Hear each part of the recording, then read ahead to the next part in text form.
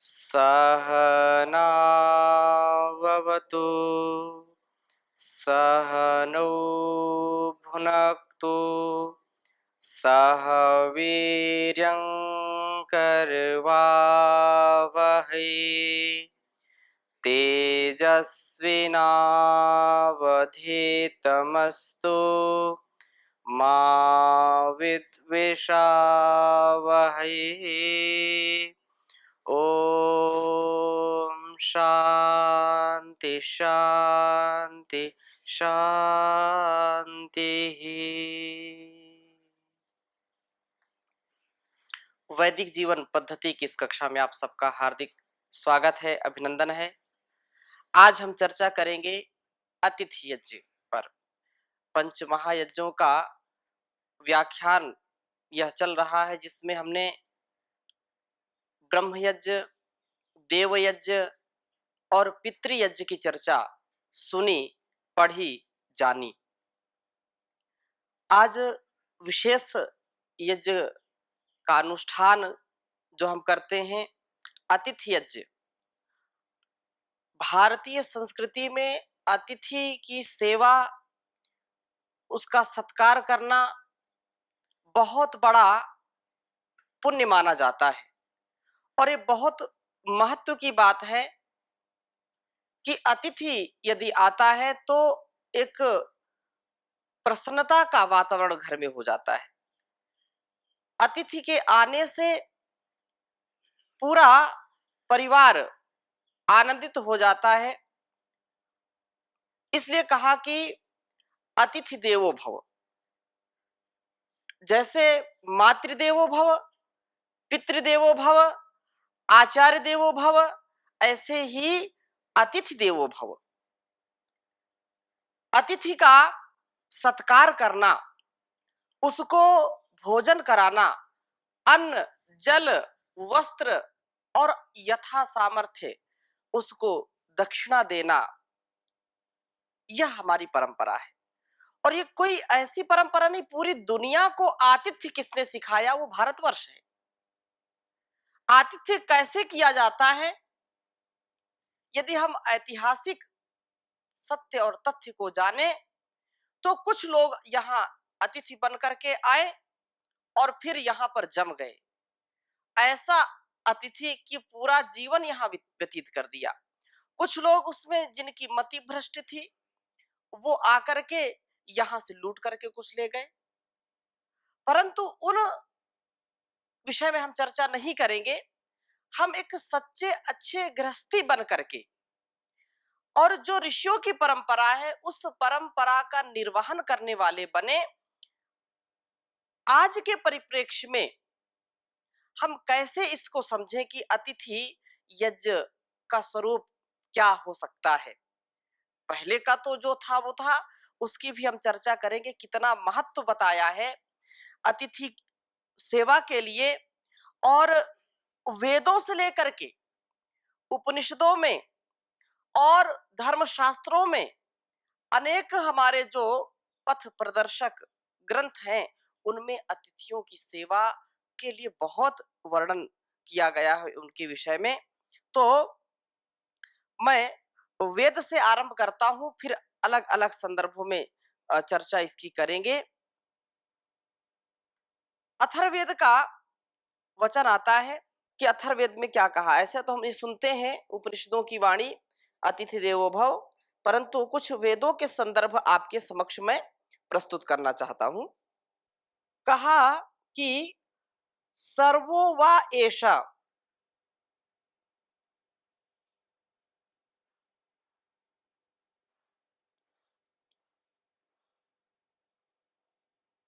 Servo वा एषा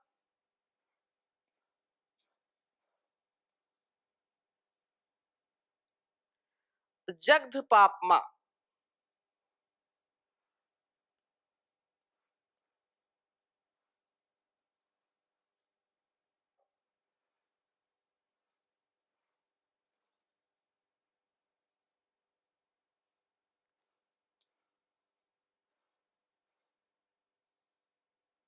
servo वा एषा जग्ध पाप्मा यस्या न नमस्नन्ति।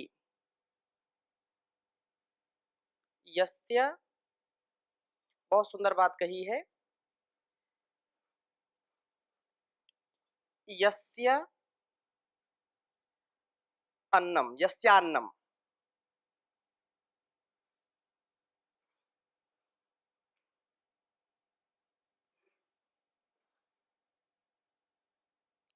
अश्नन्ति।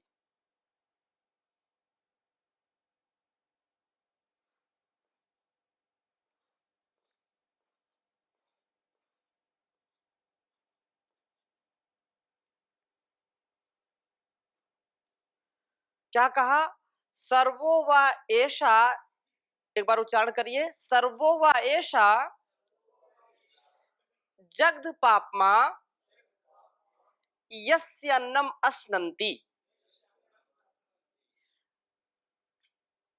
अतिथियों के लिए विशेष हम सेवा भाव से उनके लिए जब हम स्वागत उनका करते हैं, घर में सत्कार करते हैं, तो वेद भी इसके लिए आज्ञा हमको देते हैं कि वह गृहस्थी, वह परिवार जिसका अतिथि जिसके घर में जाकर के अन्न ग्रहण करता है, अतिथि आए हमारे घर में और जो भी अन्न हम उसको दे सकते हैं सामर्थ्य के अनुसार, तो जिसका अन्न अतिथि ग्रहण करता है उसके वो सब पापों को नष्ट कर देता है, जला देता है।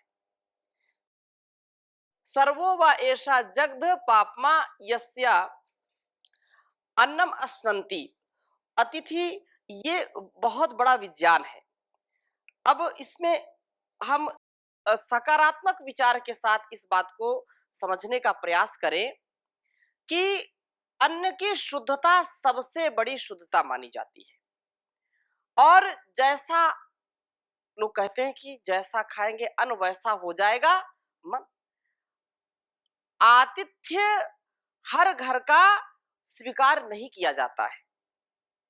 अतिथि किसी के यहाँ का बनना और कोई किसी का अतिथि बने, इस पर बहुत विचार पूर्वक बनना और इसको स्वीकार करना चाहिए।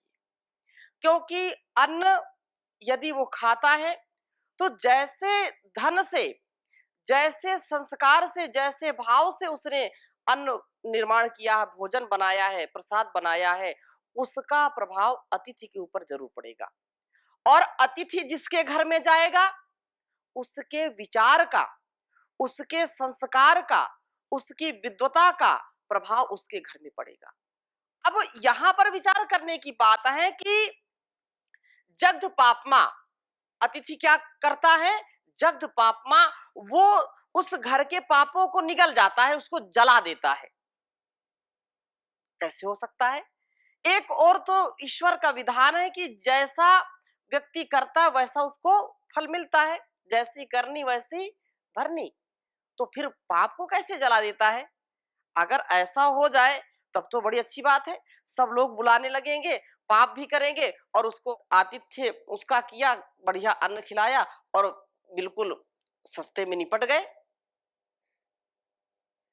परंतु यहाँ पर बात समझने की ये है कि इसके लिए हम पहले ये समझें कि अतिथि होता कौन है, अतिथि की परिभाषा क्या है, अतिथि का सच्चा स्वरूप क्या है, इस विषय में हमको पहले समझना पड़ेगा।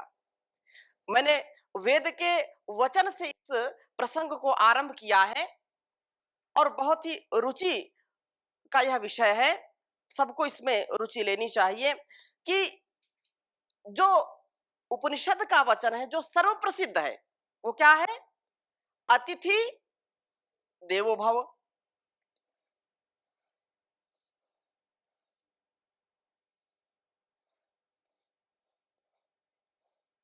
अतिथि देवो भव।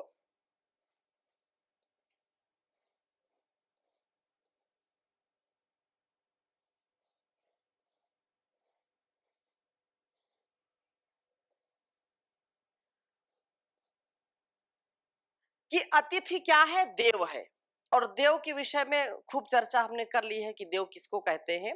जो कुछ देने वाला है, साधारण परिभाषा यदि हम करें तो जो देने वाला है, जो प्रकाशित है अपने ज्ञान से दूसरों को भी प्रकाशित करता है, जो अपने गुणकर्म स्वभाव में विद्वता को धारण करता है और दूसरों में भी वो धारण करा दे, तो उसको हम अतिथि कहते हैं। इसलिए कहते हैं अतिथि देवो भव।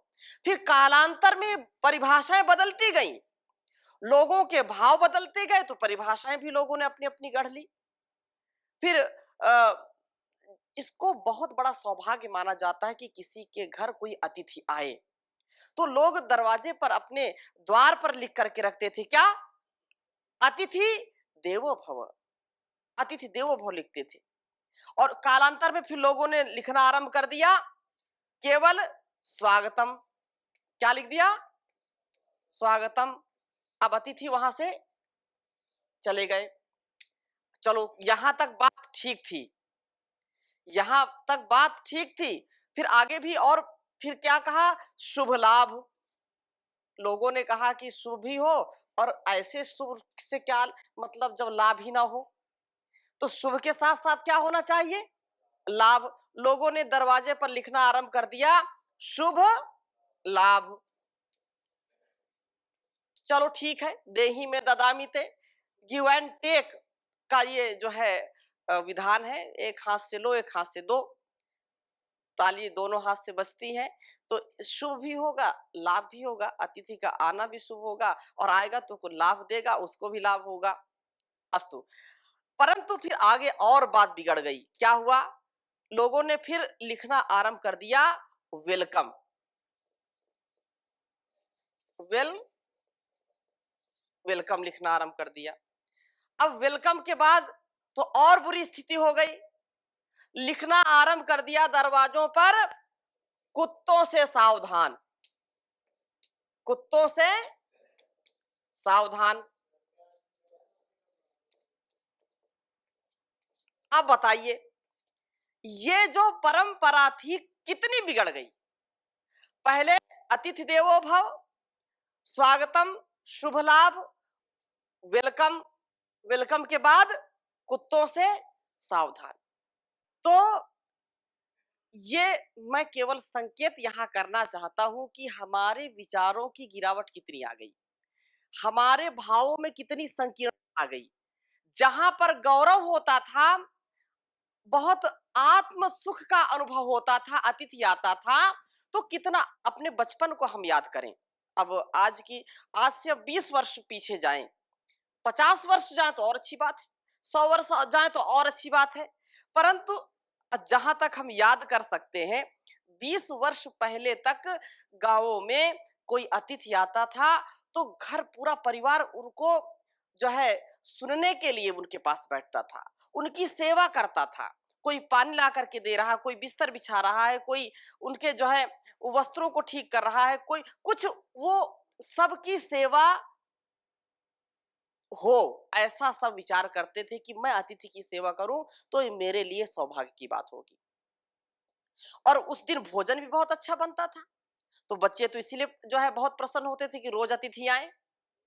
हाँ, तो हमको मिष्ठान भी मिलेगा और नाना प्रकार के व्यंजन भी खाने को मिलेंगे, क्योंकि अतिथि तो सारा खाएगा नहीं, तो बच्चों को भी खूब आनंद मिलता था। लेकिन ये गिरावट क्यों आ गई? क्योंकि हमने वैदिक जीवन पद्धति को जीना छोड़ दिया, वेदानुकूल आचरण छोड़ दिया, हमारे स्वभाव में स्वार्थ आ गया। जो परमार्थ की भावना थी, जो लोकोपकार की भावना थी, सेवा सत्कार की भावना थी, उसको लोगों ने भुला दिया। समाज टूटने लगा। यह परंपरा जो ऋषियों ने हमको दी, उस परंपरा को हमने मिट्टी में मिला दिया। अब जिस घर में दूर से लोग देख करके डर के भाग जाएंगे, कुत्तों से सावधान, कुत्ता हो या ना हो लोग ऐसे लिख देते हैं कि कम से कम डर जाएंगे, अंदर नहीं आएंगे। तो कैसे हमारे बच्चे संस्कारित होंगे? मैं मूल में इस बात को कहना चाहता हूं कि अतिथि जब हमारे घर आते हैं तो हमारे लिए बहुत कुछ लाते हैं, और अतिथि वही अच्छा है। कुछ लोग बोलते हैं कि अतिथि जिसके आने की कोई तिथि ना हो वो अतिथि है। ये चलो बात मान ली, अच्छी बात है। जिसके आने की कोई तिथि सुनिश्चित नहीं है उसको क्या कहते हैं? अतिथि कहते हैं। परंतु विचार करें, ऐसा कोई व्यक्ति जो चोर हो, लुटेरा हो, जालसाज हो और वो आ जाए, उसकी कोई तिथि है क्या सुनिश्चित? वो कब आकर के कुछ गलत भावनाओं से आ जाए आपके घर, तो उसको भी आप वैसे सेवा सत्कार करेंगे क्या? कोई लुटेरा आ जाए तो उसको हम अतिथि नहीं कह सकते हैं। अतिथि के विषय में बहुत ही हमको सुंदर उपदेश किया गया है।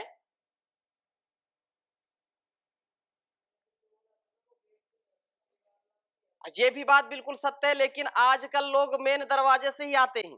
हमारे जीतराम जी कहते हैं कि चोर आएंगे तो खिड़की से आते हैं।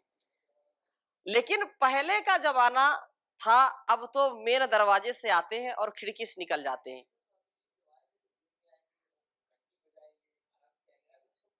हाँ, तो अलग अलग लोग बहरूपिये बन गए हैं। आप उनको इतने जो है गुरु घंटा लोग हो गए हैं कि ऐसे वेशभूषा बना करके आएंगे कि आप पहचान नहीं सकते कि ये अतिथि है, ये हमको कुछ देने आया है कि लेने आया है। अलग अलग संदर्भों में आगे हम इसकी चर्चा करेंगे। तो सच्चे अतिथि का स्वरूप क्या है, उसके विषय में कहते हैं कि अज्ञात गोत्र नामानम अन्य ग्रामाद उपागतम विपश्चितो अतिथि प्राहुर विष्णुवत्तम प्रपूजयेत। बहुत सुंदर बात कही कि जिसका नाम गोत्र और वह हमको ज्ञात ना हो, नाम से कोई लेना देना नहीं, गोत्र से कोई लेना देना नहीं और आसपास के गांव से भी ना हो, तथा जो पूर्ण रूप से विद्वान है, जो धार्मिक है, राष्ट्र के लिए संसार के लिए जी रहा है, जगह जगह पर कर रहा है, लोगों को दिशा दे रहा है, देश की दशा जो सुधार रहा है, वह अतिथि कहलाता है।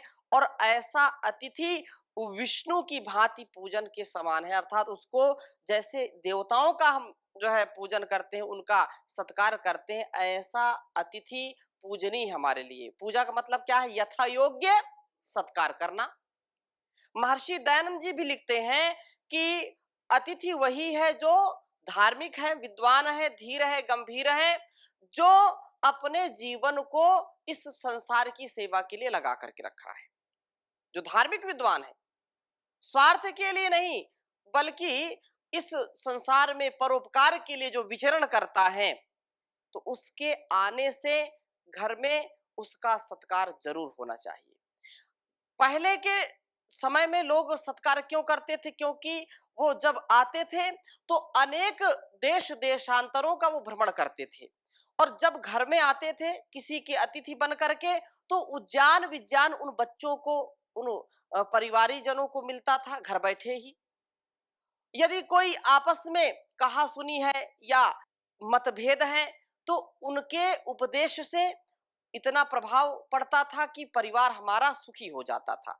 और बच्चों को अनेक प्रकार के सुसंस्कारों से सुसज्जित करने का ये बड़ा जो है साधन होता था कि अतिथि आएंगे तो कुछ ना कुछ हमको उपदेश करके जाएंगे, और पूरा परिवार बैठ करके सुनता था। अब तो लोगों ने ऐसी कथाओं का, ठीक है वो भी एक है, लेकिन सब नहीं, कुछ लोगों ने कथाओं को बना लिया है व्यापार, और वो कुछ का कुछ जो है चलाते रहते हैं, नाचते और नचाते रहते हैं। ये कोई हमारे अच्छे संस्कारों का प्रतिपादन करने वाला काम नहीं है। अतिथि का सत्कार सर्वोपरि है। और इसी संदर्भ को ये कहा कि कीर्तिर चावा यस यशस्चा गृहाणम अश्नाति, यह पूर्वो अतिथिर अश्नाति। अथर्ववेद का यह मंत्र है। और अतिथि के विषय में क्या उपदेश कर रहा है हमारे लिए? कहा कि कीर्तिर चावा एषा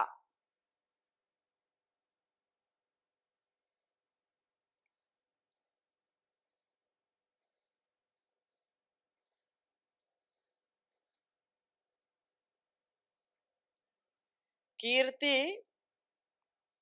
च व एषा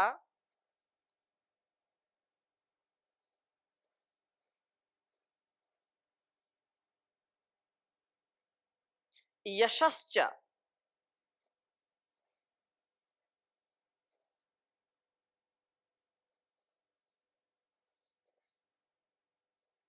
यशश्च गृहाणम अश्नाति।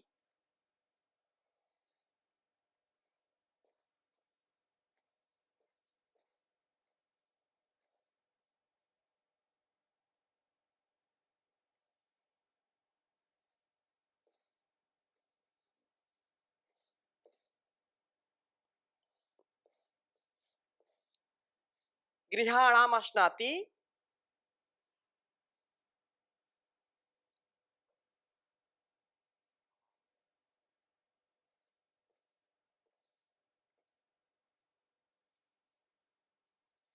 यह पूर्वो अतिथेः अश्नाति।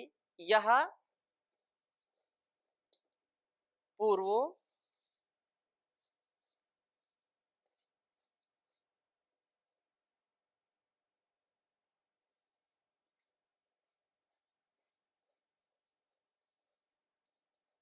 अतिथिर